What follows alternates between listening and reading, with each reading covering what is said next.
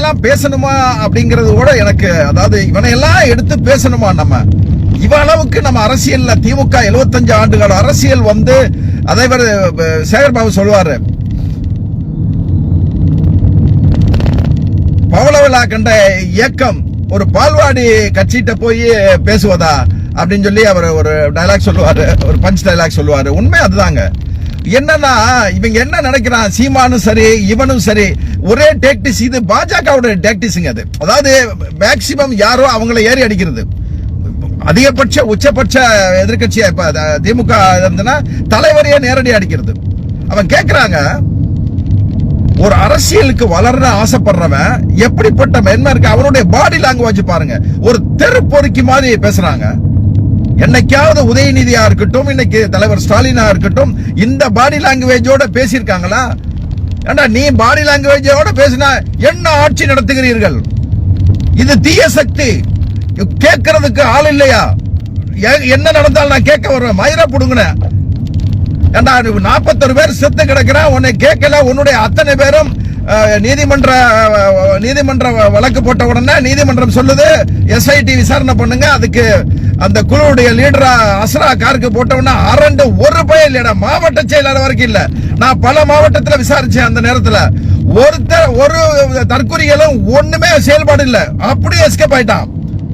இவன் நான் கட்சி நடத்துற மிசாவை கண்டு, மிசாவுல வந்து அடக்குமுறை செய்தாலும் அந்த முரசொலிங்கிற பத்திரிகையை கடைசி வரைக்கும் வெளியே கொண்டு வந்துடுறா கலைஞர். ஒரு அரஸ்ட் அப்படின்னு ஒட்டுமொத்த பேர் எஸ்கேப். நீங்க பேசுற தமிழ்நாட்டுக்கு வந்தா எது வேணாலும், தமிழ்நாட்டுல ஒண்ணுன்னா நான் எது வேணா வந்து செய்வேன்னு சொல்றேன். உனக்கு வெக்கமா இல்லையாடா? உனக்கு மான ரோசம் இல்லையாடா உனக்கு? அவன் கேட்கறாங்க, என்ன ஆட்சி நடத்துறீங்க? அதை கேட்கறதுக்கு உனக்கு என்னடா ரைட்ஸ் இருக்கு? நேத்து வரைக்கும் பனையூர் பங்களால படுத்துக்கிட்டு குடியும் குடுத்தனமா இருந்துகிட்டு நீ வந்து எங்க ஆட்சியை பத்தி கேட்கிற அளவுக்கு உனக்கு யாரா ரைட்ஸ் கொடுத்தது? அதை விட அந்த போலி லாட்டரி இருக்கான் பாருங்க. அவன் மச்சான் சொல்றான் 15,000 கோடி ஜிஎஸ்டி கட்டுறாங்களா அவங்க. இந்த பணம் எங்கடா இருந்தது? அவன் மர்மையா இருக்கான் பாருங்க, மார்டின் மகன் சார்லஸ்.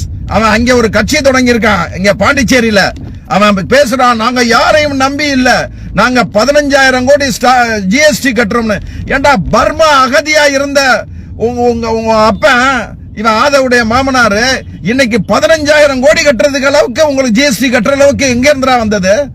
போலி லாட்டரியை சம்பாரிச்சு இன்னைக்கு பாண்டிச்சேரியிலையும் தமிழ்நாட்டிலையும் கேட்டா மச்சா சண்டை போட்டுக்கிட்டு இருக்க மாதிரி நாடகம் போடுறாங்க. எப்படி அதிமுகவும் பாஜகவும் சண்டை போட்டுட்டு நாடகம் போட்டாங்களா, அதே நாடகத்தை இவங்க மச்சான் போடுறான். மார்டின் மகனும் மருமகனும். எப்படினாலும் தமிழ்நாட்டையும் பாண்டிச்சேரியும் அவங்க சொல்ற கட்சி ஆட்சிக்கு வந்துருச்சுன்னா மறுபடியும் போலி லாட்டரியை கொண்டு வரலான்னு ஒரு எண்ணம். அந்த எண்ணம் திமுக இருக்கிற வரைக்கும் எந்த எண்ணம் நடவராதுடா. அவன் பேசுற அந்த ஃபுல்லா கேட்க அந்த டைலாக் நமக்கு வீடியோ அனுப்புறாங்கல்ல, அது கேட்க போகும்போது அவனுடைய பாடி லாங்குவேஜ் இருக்கு பாத்தீங்களா? அந்த விஜயுடைய அன்னைக்கு ஜெயலலிதா முன்னால கைய கட்டிட்டு அப்படி பேசினவன் இன்னைக்கு இவ்வளவு தூரம் பேசுறான்னா அது நம்ம கொடுத்த தைரியம் அவனுக்கு. அன்னைக்கே தலையில அடிச்சு உட்கார வச்சிருந்தோம்னா இந்த இது வந்திருக்காது. இந்த நடிகன்களை பூரா உயர்த்தி வர்றதே அவனுடைய மீட்டிங்ல போய் அவன் நடிகங்க என்ன பண்றான் தெரியுமா? ஒரு ஆட்சி எந்த ஆட்சி வந்துச்சோ அப்படியே ஒரு சங்கம் ஒண்ணு உருவாக்கி மொத்த பேரை முதல்வருக்கு வாழ்த்துன்னு சொல்லி கொண்டு வந்துட்டு தலைமையில தூக்கி வச்சிருவாங்க. அதுக்கு பின்னால ஆட்சி கவுந்துச்சுன்னா அவனை அம்போ விட்டுட்டு புதுசா யாரும் வரனா தூக்கி. இதுதாங்க நடிகனுடைய வாழ்க்கை. அதாவது அவன் சொல்றான், அவனுடைய பேரு ஜோசப் விஜய். ஏண்டா நீ வந்து நீங்க கிறிஸ்துமஸ் விழா கொண்டாடுற, மாமல்லபுரத்துல போய் கிறிஸ்துமஸ் விழா கொண்டாடுறான். நீ எந்த வகையிலடா நீ கிறிஸ்டின் போய் சொல்ற? நீ ஜோசப்னு இருந்தா என் படம் ஓடாது அப்படின்னு அந்த விஜய்னு பேர் வச்சுக்கிட்ட நீ எப்படா கிறிஸ்துமஸ் கொண்டாடுறியா? ஏன் ஜோசப்னு இருந்தா படம் ஓடாதா? எவனும் பார்க்க மாட்டானா? அப்ப கிறிஸ்டியனா நான் இருந்தேன்னா என்னை தமிழக மக்கள் ஏற்றுக்கொள்ள மாட்டாங்கன்னு சொல்லிட்டு விஜய்ங்கிற இந்து பேர்ல இருக்குன்னு ஆசைப்படுற. ஏன் அந்த அப்பவே நீ ஒரு நடிகன்டா நீ.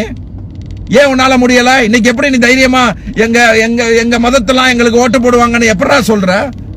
ஒரு மதத்தை, ஒரு நடிகனா, ஒரு சமுதாயத்தை நீ தூக்கி பிடிச்சிருக்கணும்டா. ஒரு கிறிஸ்துவ சமுதாயத்தை, நான் கிறிஸ்துவ சமுதாயம் நான் நடிச்சு பேர் எடுத்து இந்த கிறிஸ்துவ சமுதாயத்துக்கு நான் ஒரு பேர் உருவாக்குவேன்னு சொல்லி அந்த ஜோசப்ங்கிற பேர்லயே நீ இருந்திருக்கணும். அப்ப நீ மனுஷன் பைசா உண்டாக்குறதுக்காண்டி அவங்க அப்பா அவன் அப்பா வந்து நடிக்கிறதுக்காக வேண்டிய அந்த சந்திரசேகர் இருக்கான் பாருங்க, அவன் வந்து இதுல சினிஃபீல்டுல வர்றதுக்காண்டி கள்ள பஸ் ஏறி வந்தவங்க, டிக்கெட் எடுக்காம பஸ் ஏறி வந்தவங்க, ட்ரெயின் ஏறி வந்தவங்க. அவன் திமுக சொல்றாங்க வந்து அவன் நடிச்ச எடுத்த படம் ஃபர்ஸ்ட் இவனை ப்ரோமோட் பண்றதுக்காக எடுத்த படத்தை பார்த்தேன்னு வச்சுங்க, ஒரு அப்பன் மகனுக்கு கத்து கொடுத்த வேலையா செஞ்சிருக்க நீ தாண்டா சந்திரசேகர் முதல் காரணம், உன் மகன் கெட்டு போறதுக்கு முதல் காரணம். அவன் படம் எடுத்திருக்காங்க, ஒரு பொண்ணு குளிச்சுக்கிட்டு இருக்கு, ஓட்டையில கைய விட்டு அந்த முதுகுல சோப்பு போடுவாங்க அந்த படத்துல, அது இவன் அப்ப எடுத்த படம். ஏண்டா ஒரு மகன் இப்படி செய்யணுங்கிறதுக்காண்டி அதை வேற யாராவது டைரக்டர் வச்சு எடுத்திருக்கணும், இல்ல வேற யாராவது படத்துல நடிச்சிருக்கணும். நீ ஒரு விழிப்புணர்வு படம் எடுத்திருக்கணும் மகனை வச்சு, ஒரு செக்ஸ் மாதிரி படம் எடுத்து தன் மகனை இவ்வளவு அசிங்கமா காமிச்ச ஒரு தந்தை நீ தாண்டா. அவனை ஆரம்பத்துல இருந்து கெடுத்ததே நீ தாண்டா. அந்த எண்ணங்கள் இன்னும் அவனுக்கு தொடருது. மனைவியை விட மற்றவங்களோட சந்தோஷமா வாழ நினைக்கிறான். அந்த ஒரு தீய சக்தி நம்மள பேசுறாங்க, திமுகவை பேசுறாங்க. ஏன்னா திமுகவுடைய ஒவ்வொருத்தன் வரலாறு உனக்கு டைம் இருந்துச்சுன்னா உன்னுடைய சர்வே டீமை கொண்டு வந்து தமிழ்நாடு ஃபுல்லா உள்ள திமுக தொண்டனை போய் கேட்டு போடுறான். அவன் எவ்வளவு பெரிய தியாகம் செஞ்சிருக்கான் அந்த இயக்கத்துக்காண்டி. 3 தலைமுறை தியாகம் செஞ்சுட்டு இன்ன வரைக்கும் பதவியில் இல்லாம எந்த சுகத்தை அனுபவிக்காம எந்த பலனை அனுபவிக்காம இருந்தும் இந்த இயக்கத்துக்காண்டி கடைசி வரைக்கும் நான் ஓட்டு போடுவேன் அப்படின்னு சொல்றவனை போய் பாடுறான். அவன் தாண்டா சுதந்திர போராட்ட தியாகி மாதிரி. அவன் ஒரு தியாகிடா. நேத்து வந்த உடனே ஒரு கட்சி ஆரம்பிச்சானா, ஒரு கைதுன்ன உடனே ஓடி எஸ்கேப் ஆயிட்டான் அத்தனை பேரும். முக்கியமான உன்னுடைய ரைட் அண்ட் லெப்டா இருக்கணும்னா ஓடி போயிட்டானா. ஏன்னா நீ சொந்த உணர்வு இருக்கணும்டா, கட்சியோட உணர்வு இருக்கணும்டா. 3 தலைமுறை கட்சியா இருக்கணும்டா, அப்பன் கட்சியா இருக்கணும். இல்லனா அவனோட பல ஆண்டு காலம் இந்த இயக்கத்துக்காண்டி உழைச்சவனா இருக்கணும்டா, களத்துல உழைச்சவனா இருக்கணும்டா. அதெல்லாம் இல்லைன்னா எப்படி அவன் நிப்பான்? ஆதவ் அர்ஜுனா நாளைக்கு 2024 தோத்து ஓட போகும்போது ஆதவ் அர்ஜுனா இங்க இருப்பானா? கட்சியில செங்கோட்டை இருப்பானா? உங்களுக்கு தெரியும், நாமக்கல்ல ஒரு மாவட்ட செயலாளர் பல நாள் அவங்களுக்கு தொடர்பு இருந்திருக்கு. பல இடத்துல நீங்க பாருங்க 2 பேரும் சேர்ந்து தான் நிக்கிறாங்க. அந்த பொம்பளையும் இந்த பொம்பளையும் இவன நிக்கிறாங்க. நைட்டு 2 மணிக்கு போயிருக்காங்க அந்த வீட்டுக்கு. அந்த வீட்டுல போய் அந்த பொண்ணோட இருக்க போகும்போது கையும் களவும் பிடிச்சிட்டாங்க. நம்ம அங்க உள்ள இளைஞர்கள் பிடிச்சிட்டாங்க. பிடிச்சு அந்த ஒத்துக்கிட்டாங்க, ஆமா தெரியாம பண்ணிட்டேன் அப்படின்னு 2 பேரும் மன்னிப்பு கேட்டாங்க. அந்த பொண்ணு ஒரு வீடியோ போட்டு அது சொல்லுதுங்க, நாங்க அப்படித்தான் இருந்தது, அவன் வந்தான், அவன் மேல நடவடிக்கை எடுக்க சொல்லி இருக்கோம். ஆனா இந்த திருட்டு திமுக வந்து எங்க மேல எடுத்து போட்டுருச்சணும். ஏன் அதாவது ஒரு பெண்ணை தப்பா பேசக்கூடாதுங்கிறது ஒரு இது இருக்கு. ஏன்னா என் தனி மனிதனா தப்பா பேசலாம், ஒரு இயக்கத்தின் தொண்டனா இருந்து ஒரு அசிங்கமா பேசக்கூடாது, என் தலைவனுக்கு தலைகுணவை ஏற்படுத்தக்கூடாதுங்கிறக்காண்டி அந்த பொம்பளை நான் அசிங்கமா பேசல. அது திருட்டு திமுக சொல்றது. அப்ப தவறு பண்ணா நாங்க தட்டி கேட்டுக்க கூடாது, திமுக அதை வெளிப்படுத்த கூடாது. உங்களுக்கு வந்து நீங்க 2 பேரும் நைட்டு 2 மணிக்கு அங்க இருக்கும் போது நாங்க வந்து விளக்கு பிடிக்கணும், விளக்காடி பிடிக்க முடியும். நாங்க திருட்டு திமுகவா அதை எடுத்து செய்தியா போட்டது திருட்டு திமுகவா? எங்களுக்கு வேற வேலையே இல்ல பாரு. உன்னுடைய நிகழ்ச்சிய நான் உன்னுடைய இயக்கத்தின் தொண்டர்கள் எப்படி இருக்கான், இந்த தற்குறிகள் எப்படி இருக்கான்னு நாங்க இந்த தமிழ் சமுதாயத்துக்கு காமிக்க வேணாமா? இத்தனை லட்சக்கணக்கான பேர் வந்து கூடுறாங்க. அதுல ஒரு பொம்பளை சொல்லுதுங்க, ஒரு புள்ள சொல்லுதுங்க, அந்த ஈரோடு மீட்டிங் போயிட்டு வந்து ஒரு புள்ள சொல்லுதுங்க, எங்க வீட்டுல 9 ஓட்டு இருக்கு, அவங்க ஒரு ஓட்டு கூட மாறிச்சுன்னா எல்லாத்துக்கும் விஷ வச்சு கொண்டுருவேங்குதுங்க. இந்த பொண்ணை பெத்த அப்பனும் அம்மாவும் வெக்கப்பட்டு தனி ஒழிய வேணாமா? இப்படி ஒரு மோசமான ஒரு சிந்தனை உள்ள பிள்ளைய வளர்த்தவங்கிற எண்ணத்திலேயே அவங்க வந்து வருத்தப்பட வேணாமா? என்ன பிள்ளை வளர்த்திருக்கீங்க நீங்க? இந்த சமுதாயத்துக்கு என்ன சொல்ல நினைக்கிறீங்க? ஒரு நடிகனுக்கு ஓட்டு போடலன்னா ஒட்டுமொத்த குடும்பத்தையும் விஷ வச்சு கொள்றேன்னு அந்த பொண்ணை தூக்கி உள்ள போடணுங்க. இதனால் சமுதாயத்துக்கு என்னங்கள் ஆகும்? கப்பலோட்டை தமிழ முதல் பெரியார் வரைக்கும் இந்த தமிழ் சமுதாயத்துக்காண்டி தன்னுடைய சொந்த வாழ்க்கையை இழந்து எல்லாம் பண்ணாங்க. இது ஈஸியா ஒரு நடிகனுக்காண்டி என்ன சாதிச்சா அந்த நடிகன்? அவன் 200 கோடி 300 கோடி வாங்கிக்கிட்டு சம்பாரிச்சு அவன் பொம்பளைகளோடையும் தண்ணி அடிக்கவும் நட்போடையும் சந்தோஷமா இருக்க உங்களுக்கு என்ன செஞ்சான்? திமுக என்ன செஞ்சதுன்னு கேளு. உனக்கு தைரியம் இருந்தா திமுக என்ன செய்யுதுன்னு எங்கிட்ட கேளு, நாங்க சொல்றோம். வா பொதுவெளியில இல்ல வா வாட்ஸ்அப்லயே வா சொல்றோம். ஆனா உன்னுடைய நடிகன் சொல்றானே அந்த நாய் என்னங்கடா செஞ்சான் உங்களுக்கு? இல்ல இந்த தமிழ் சமுதாயத்துக்கு என்ன செஞ்சான்? தமிழ் சமுதாயத்துக்கு ஒண்ணுனா இறங்கி வருவானா? மயிரை புடுங்கடா நீ. ரொம்ப கோவம் வருதுங்க. அந்த ஒவ்வொரு வார்த்தையும் அவன் பேசும்போது, அது இந்த பாடி லாங்குவேஜோட பேச போகும்போது, இந்த இயக்கத்துக்காண்டி திமுக அது திமுக இருக்கட்டுங்க, கட்சி வளர்ச்சிக்காண்டி அது கட்சி ஆல்ரெடி 1949 இருந்து கட்சி பலமா தான் இருக்கு, அதுல எந்த மாற்றுக்கிறது கிடையாது. ஆனா என்ன, இந்த கட்சினால பயனடைஞ்சதை விட இந்த மக்களுக்கு சேவை செய்யறதுக்கு தானங்க இது பண்ணாரு. இன்னைக்கு முதல்வர் இருக்காரு, இன்னைக்கு தோத்தாருன்னா என்னங்க அவருக்கு பிரச்சனை? முத்துவேல் கருணாநிதி ஸ்டாலினுக்கும் ஸ்டாலின் குடும்பங்களுக்கு என்ன பிரச்சனை? இன்னைக்கு கட்சி தோத்தானா எனக்கு என்னங்க பிரச்சனை? இல்ல திமுக காரனுக்கு என்னங்க பிரச்சனை? ஒருத்தருக்கு ஒன்றும் பிரச்சனை கிடையாது, அவன் பாடல சந்தோஷமா இருப்பான். ஆனா திமுகங்கிற கட்சி இல்லைன்னா இந்த தமிழ் சமுதாயத்தை அழிக்கிறதுக்காண்டி பார்ப்பன கூட்டம், பார்ப்பனிய கூட்டம். நான் பார்ப்பனர்களை தப்பா என்னைக்கு சொல்ல மாட்டேன், அதுலயே ரெண்டு வித்தியாசம் இருக்கு, சிலருக்கு புரிய மாட்டேங்குது. பார்ப்பனர்கள்ங்கிறது அவங்களுடைய ஆச்சாரம், அவங்களுடைய கோட்பாடுகளை வச்சுக்கிட்டு அவங்க வாட்டில் இருக்கிறவங்க பார்ப்பனர்கள். ஆனா இந்த பார்ப்பனர்களுடைய அந்த மனு தர்மத்தை வச்சு அதை வெளியே கொண்டு வந்து அடுத்த சமுதாய மக்களை, அடுத்த ஜாதி மக்களை, அடுத்த சமுதாய மக்களை அடக்க நினைக்கிறான் பாருங்க. அதைத்தான் பார்ப்பனியம்னு கலைஞர் சொன்னாரு. அந்த பார்ப்பனியத்தை தான் எதிர்க்கிறோம். இன்னைக்கு திமுக ஒரு ஆட்சி இல்லைன்னா, இன்னைக்கு உங்களுக்கு தெரியும் சுவாமிநாதன், இன்னைக்கு சுவாமிநாதனா அவர் தீர்ப்பு சொல்லி இருந்தானா கண்டிப்பா எல்லாரும் ஏத்திருப்பாங்க. ஆனா அவர் சனாதனத்தை திணிக்கிறாரு, சனாதனத்தின்பால் நின்று ஒரு தீர்ப்பு சொல்ல நினைக்கிறார். அது எப்படி தமிழ்நாடு ஏற்றுக்கொள்ள முடியும்? ஏற்றுக்கொள்ள இல்லையே. அதானுங்க டெம்புள்ள இது. இன்னைக்கு சிக்கந்தர் தர்காவுல அந்த இது ஏத்துறாங்க, கொடி ஏத்துறாங்க. இவன் எச்ச ராஜா போய் அங்க போய் சண்டை போடுறாங்க. அது எப்படி அவங்கள ஏத்த விடலாம்? எங்க ஏண்டா லூசு பயலடா நீ? ஒரு சாரணர்ல 58 ஓட்டு வாங்க முடியலங்க அவனுக்கு. ஒரு சாரணர் தலைவரா ஜெயிக்க முடியாத அவன், ஒரு பீகாரி சர்மா இன்னைக்கு இங்க கோயில்ல வந்து சண்டை போடுறான். அது இன்ஸ்பெக்டர் போலீஸ்காரங்களுக்கு மேல பயங்கரமா சண்டை போடுறான். ஏன்னா போலீஸ்காரங்க ரெண்டு அப்ப இருக்கு, ரொம்ப நேரம் ஆயிருதுடா. இது சட்டம் ஒழுங்கு பிரச்சனை வந்துடக்கூடாது. நம்மனால அந்த நம்ம காவல்துறையினால தமிழ்நாடு அரசு கெட்ட பேர் வந்து அவனு கம்முன்னு இருக்கான், பொறுத்துக்கிட்டு இருக்கான். இவன் பேசுறது எல்லாம் என்னமோ இவங்க பேசின உடனே காவல்துறையா பயந்துச்சுன்னா அந்த எச்ஆர் ராஜாக்கு நினைப்பு. ஏன்னா உனக்கு ஒரு மயிறு கூட பயப்படாதடா, காவல்துறையை பத்தி உனக்கு தெரியாது. காலங்கள் வரட்டும், மத்தியில அரசுல நீங்க என்னைக்கு வீழ்றீங்களோ அன்னைக்கு இருக்கடா உன்னைய காவல்துறை வச்சிருக்கு எச்ஆர் ராஜா. அவன் பேசின பேச்செல்லாம் அந்த இன்ஸ்பெக்டர்லாம் வந்து அவ்வளவு வேகம் பண்றாங்க. உனக்கு யார் அந்த அதிகாரம் கொடுத்தது?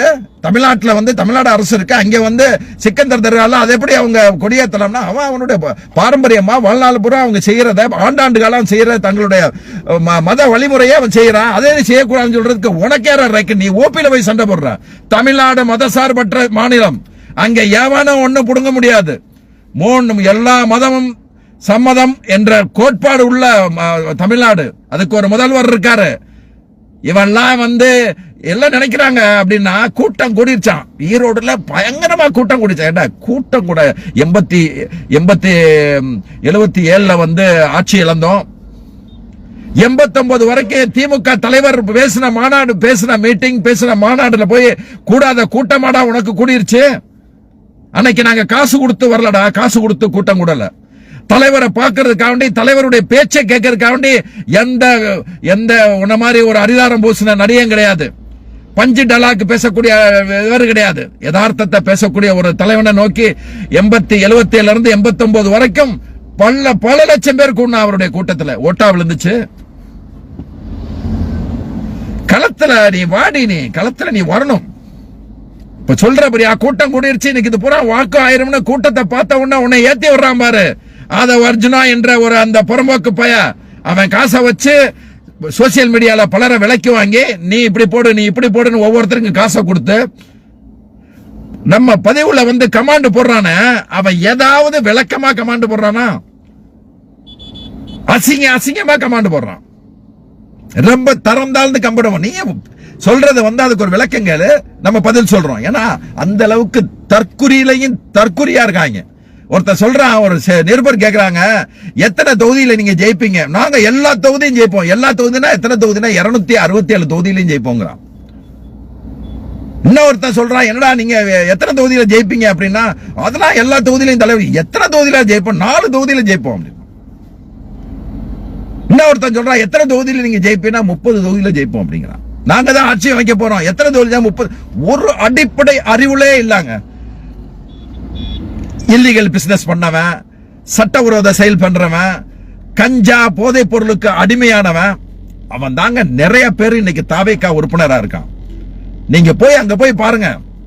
கல்லூரி மாணவர்களோட சிலர் இருந்திருக்கலாம், இதெல்லாம் அவங்க எல்லாம் ரொம்ப இப்ப மாறிட்டாங்க. ஆனா இப்ப இருக்கிறவன் போறான் எந்த வேலைக்கே போகாதவன், அப்பா அம்மா காசுலயே சம்பாரிச்சுக்கிட்டு இருக்கவன், தெண்டி மலையாளத்துல சொன்னோம்னா இந்த தெண்டி திரியறான்னு சொல்லுவாங்க தெரியுமா. அடுத்தவன் காசுல ஊனான்னு சொன்னா அது அசிங்கமா போறான், பொழைக்கிறான் பாத்தீங்களா, அவன் தாங்க கூடி வர்றான். அவங்களுக்கு தற்குறி கூட்டங்கள் ஒன்னும் தெரியல. அரசியல்னா என்னன்னு தெரியல, நாகரிகம்னா என்னன்னு தெரியல, தமிழ் கலாச்சாரம்னா என்னன்னு தெரியல. பொம்பளைங்க எல்லாம் பேசுறத பாத்தீங்களா. என் புருஷன் கூட விஜய் இருக்கான், விஜய் விரும்புறாப்லையா. அப்ப அந்த அந்த சொன்ன புருஷனை என்னமாடா வச்சிருக்க நீ? சேலத்துல இருந்து ஒருத்தன் ஒரு கைம்பெண்ண நான் உன்னை கட்டிக்கிறேன் அப்படி சொல்லி ஏமாத்திக்கிட்டு பல வேலைகள் செய்தாக வந்தது நான் செய்தியா போட்டேன். இதே வேலையா தாங்க தர்றாங்க தாவேகாவுல. நல்ல அப்பா அம்மாவுக்கு பிறந்தவன், நல்ல சிந்தனை உள்ளவன் இதெல்லாம் பேச மாட்டான், இந்த தவறுலாம் பண்ண மாட்டான். எங்கயோ திமுக எங்கயோ ஒரு இடத்துல நடக்கும். ஆனா சுய ஒழுக்கம் உள்ளவன், தலைவருக்கு கட்டுப்பட்டவன், நம்ம ஒரு தப்பு பண்ணா நீக்கிடுவாங்க, அவன் அந்த கட்சியில ஒண்ணுமே சம்பாதிச்சிருக்க மாட்டான், இருந்தாலும் தலைவருக்கு கட்டப்பட்டவன். இன்னைக்கு ஒரு சின்ன தப்பு பண்ணா என்னை நீக்கிட்டாங்கன்னா என்னுடைய சுயமரியாதை என்ன ஆகுறது? இந்த இயக்கத்துல ஒரு பதவியில இருந்துட்டு என்னுடைய அங்கீகாரம் என்ன ஆகுறது, என்னுடைய அந்த இது என்ன ஆகுறதுன்னு பயப்படுறான் தலைவருக்கு. உனக்கு யாரா பயப்படுறான்? ஓ முன்னாலேயே அந்த இதுல ஸ்பீக்கர் பாக்ஸ்ல இறக்கிட்டு உனக்கே கேள்வி பேசுறான். அதனால நம்ம திமுக தொண்டர்கள் சொல்றேன், தலைவர் என்ன சொல்றாரு, நமக்குள்ள ஒற்றுமையா இருக்கணும். எல்லாம் தாய்மார்கள்லாம் ஓட்டு போட தயாரா இருக்காங்க, எல்லாம் தயாரா இருக்காங்க. நம்ம தான் 2024 வரை என்ன கூட்டணி சேரட்டும், இவன் கூட்டணி நின்றாலும் சரி, இந்த அணியில தனியா நின்றாலும் சரி, 2026 இவனுடைய சூழலை நான் பார்க்கணும். டெபாசிட் போய் மூளையில குத்தி இருக்கிறத பார்க்கணும். ஆனா அன்னைக்கு இவன் ஒண்ணுமே இல்லாம எல்லா இடத்துலயும் டெபாசிட் போய் பிஞ்சு நஞ்சு போனா கூட அன்னைக்கும் தலைவர் வந்து தம்பி விஜய் அப்படின்னு தான் வருவாரு.